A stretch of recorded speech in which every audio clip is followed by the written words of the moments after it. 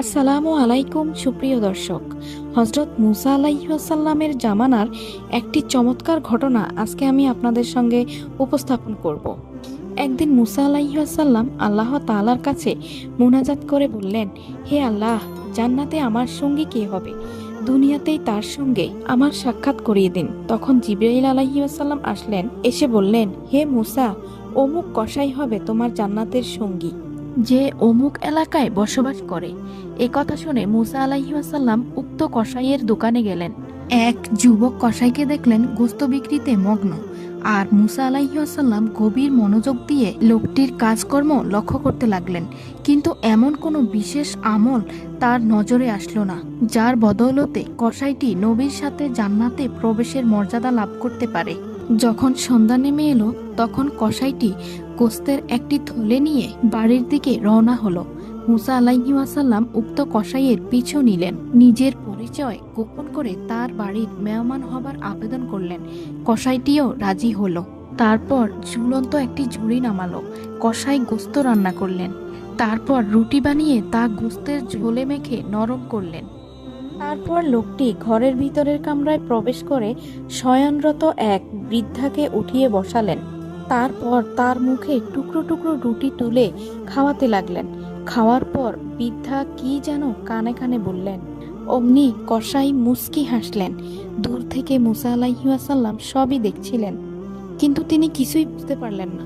মুসা আলাইহিসসালাম বৃদ্ধার পরিচয় এবং মুচকি হাসার বিষয়টি কসাইকে জিজ্ঞেস করলেন। কসাই বললেন, উনি আমার মা হয়। আমি বাজার থেকে আসার পর সর্বপ্রথম আমার মাকে রান্না করে খাওয়াই, আর মা খাওয়ার পরে খুশি হয়ে আমার কানের কাছে এসে আল্লাহ তাআলার কাছে এই বলে দোয়া করেন, আল্লাহ তাআলা তোমাকে বেহেশত দান করুক এবং মুসা আলাইহিসসালামের সাথে রাখুক।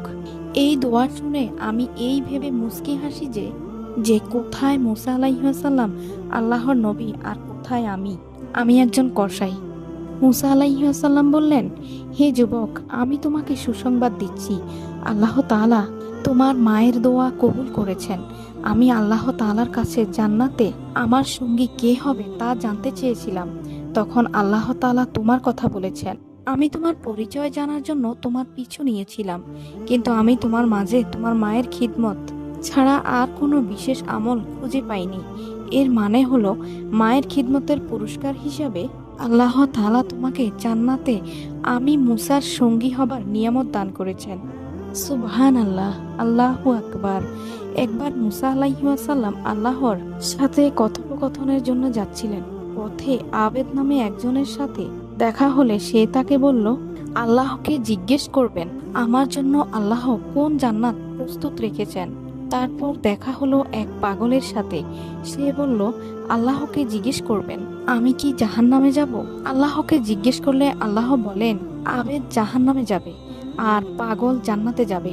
মুসা আলাইহিসসালাম বিষয়টি বুঝতে পারলেন না। ফেরার সময় পথের মাঝে দেখলেন এক রাখালকে বাঘ তাড়া করছে। তখন রাখাল দৌড়াতে দৌড়াতে একটি বদনার মধ্যে প্রবেশ করলো এবং বদনার নল দিয়ে বের হয়ে গেল। এটা দেখে বাঘও বদনার মধ্যে প্রবেশ করে, কিন্তু সে আর নল দিয়ে বের হতে পারল না। এরপর পাগলের সাথে দেখা হলে মুসা আলাইহিসসালাম পাগলকে এই ঘটনা বললেন। তখন পাগল তা বিশ্বাস করলো এবং বলল, আল্লাহ চাইলে সবই সম্ভব। তারপর আবেদের সাথে দেখা হলে আবেদকেও মুসা আলাইহিসসালাম ওই ঘটনাটি বললেন, কিন্তু আবেদ তা বিশ্বাস করলো না। সে বলল, এমনটি কিভাবে সম্ভব? এটি কোনোদিনও সম্ভব না। এবার মুসা আলাইহিসসালাম বুঝতে পারলেন কেন আল্লাহ বলেছেন আবেদ জাহান্নামে যাবে আর পাগল যাবে জান্নাতে।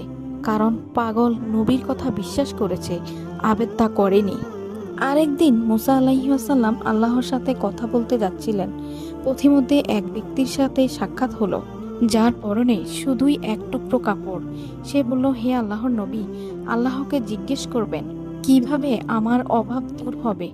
এরপর আরেক ধনী লোকের সাথে সাক্ষাৎ হলো, যাকে আল্লাহ অঢেল সম্পত্তি দিয়েছেন। সে বলল, আল্লাহকে জিজ্ঞেস করবেন কিভাবে আমার সম্পদ কমবে। এরপর আরেক ব্যক্তির সাথে সাক্ষাৎ হলো, যার হাতও নেই পাও নেই। সে বলল, আল্লাহকে জিজ্ঞেস করবেন আমাকে কেন সৃষ্টি করা হয়েছে। মুসা আলাইহিসসালাম আল্লাহকে জিজ্ঞাসা করলে আল্লাহ তাআলা বললেন, এ এক টুকরো কাপড় পরিধান করে রয়েছে, তাকে বলবে বেশি বেশি শুকরিয়া আদায় করতে। দ্বিতীয় সম্পদশালী ব্যক্তিকে বলবে বেশি বেশি না শুকর করতে।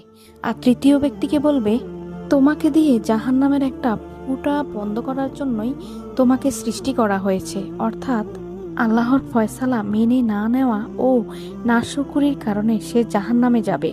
পরের দিন মুসা আলাইহিসসালাম প্রথম ব্যক্তিকে শুকরিয়া আদায় করার কথা বললেন। সে বলল, আমি কিসের উপরে শুকরিয়া আদায় করব? এই কথা বলাতে প্রচন্ড বাতাস এসে তার পরনে যে এক টুকরো কাপড় ছিল তাও উড়িয়ে নিয়ে গেল। দ্বিতীয় ব্যক্তিকে নাশুকুরির কথা বললে সে বলল, আমাকে আল্লাহ এত সম্পদ দিয়েছেন, আমি কিভাবে তার নাশুকুরি করব? ফলে তার সম্পদ আরো বৃদ্ধি পেল। সুপ্রিয় দর্শক, এই ছিল আমাদের আজকের ভিডিও। ভিডিওটি ভালো লেগে থাকলে একটি লাইক দিন। আর নিয়মিত আমাদের ভিডিও পেতে এক্ষুনি আমাদের চ্যানেলটি সাবস্ক্রাইব করে পাশে থাকা বেল আইকনটিও প্রেস করে দিন।